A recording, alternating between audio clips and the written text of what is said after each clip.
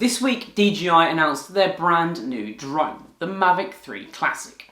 It is the third and the cheapest drone in the Mavic 3 range, and it comes with a Hasselblad camera and a few other key features as well. In today's video, I kind of wanted to take a look at the website, digest some of that media and the information that we know about this drone, to discover exactly who it's for, because personally, I feel it's in this weird kind of middle ground. I don't fully understand why it had to be within the product line, but we'll get into that in a minute. Hello everybody, my name is Robert, and this is Review Quell.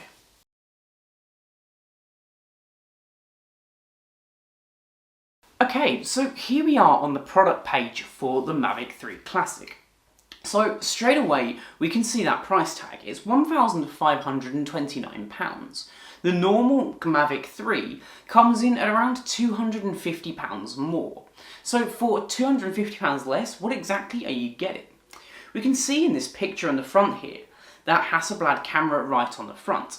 That's the same camera that you're going to get on the Cine and in the normal one as well. The only difference being you don't get that telephoto lens. The telephoto lens basically helps to get a nice zoom in on your photos without losing any kind of quality.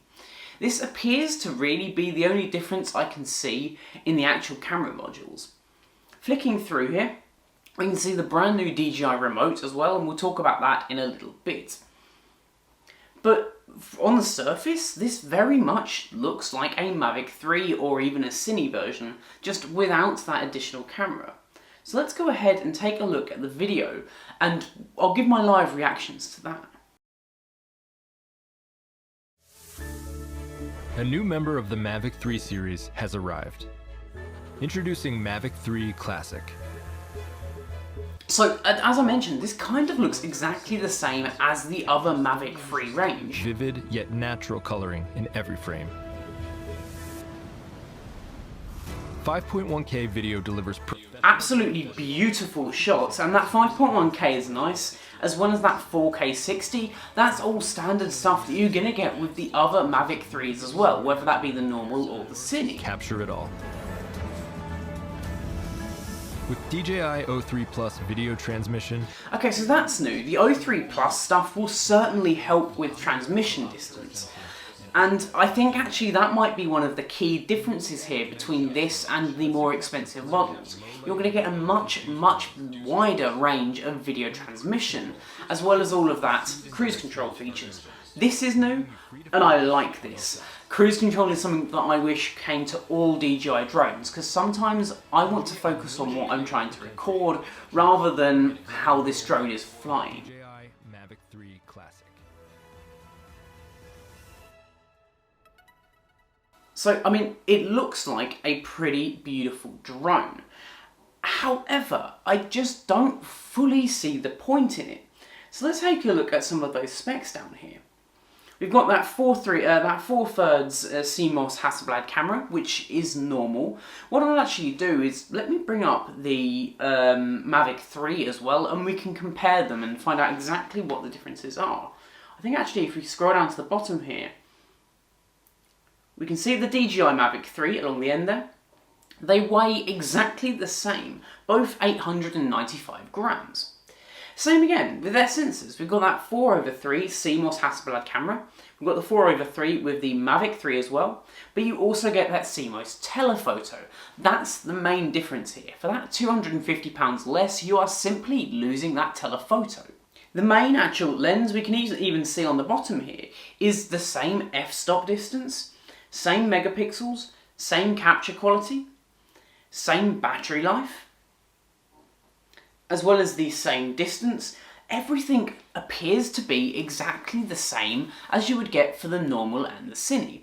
Obviously with the Cine version you get things like the onboard SSD support, as well as the Apple Pro Motion and Pro Video support. That's really important if you want to take your drones seriously. So £1,529 sounds like quite a high price, and I think it is. Obviously, we're going to get that brand new camera, as well as all of those new sensors. So in my eyes, what this drone is doing is it's replacing something like the Air 2S. The Air 2S, if we actually scroll down to the bottom of the page here, again, we can see the Air 2S is a lot lighter, but we get a much bigger sensor with the new Mavic 3 Classic, and they are about the same price, or they would have been. Same with the Mavic 2 Pro. So I think the Mavic 2 Pro is pretty much out of the equation here now. If you're going to be buying a prosumer drone and don't want to buy one of the minis, you're basically going to be looking at the DJI Mavic 3 Classic.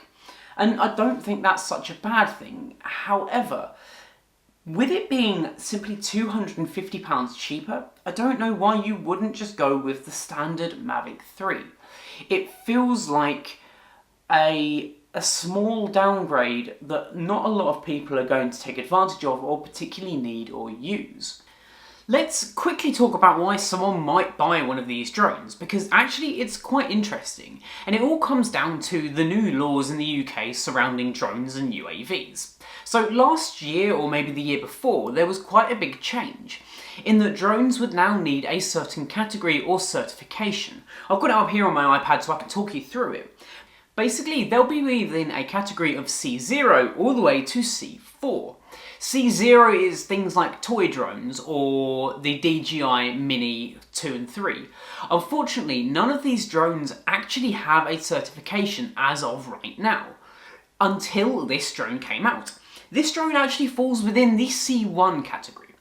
Basically, it is heavy enough to be within that C1 category, but can be flown basically anywhere in the UK with very little restrictions. Very soon, a lot of drones, including the Air 2S and such, will not be legally allowed to be flown in the UK because of this new certification. So that is the main reason someone may well buy the Mavic 3 Classic, because of that C1 certification in the UK. So that 46-minute flight time is standard across all of the Mavic 3 ranges, but I think that is one of its key selling points. In my book, I really like this flight time because, if I'm honest, whenever I'm out with my Mini, I find that 20 minutes can sometimes push it and I have to take 2 or 3 batteries with me and keep bringing it down, changing the battery out. So 46 minutes in flight time is an incredible amount of flight time, and is even to the point where you wouldn't need to buy, for example, one of the kits here. So you can buy just the drone on its own. That's £1,309. If you've already got one of your controllers from one of the different drones, for example, my one from the Mini 2, I can use that here and it will cost me a little bit less, about £200 less again.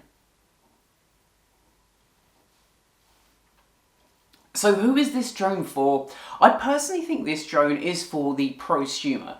Basically, it's for someone who wants to have some of the best video and photo qualities from a drone without completely breaking the bank.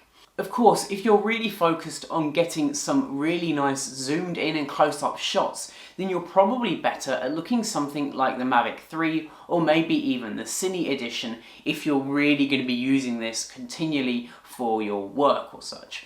But if you're just looking for a prosumer drone, I genuinely think the Mavic 3 Classic might be a good solution for you.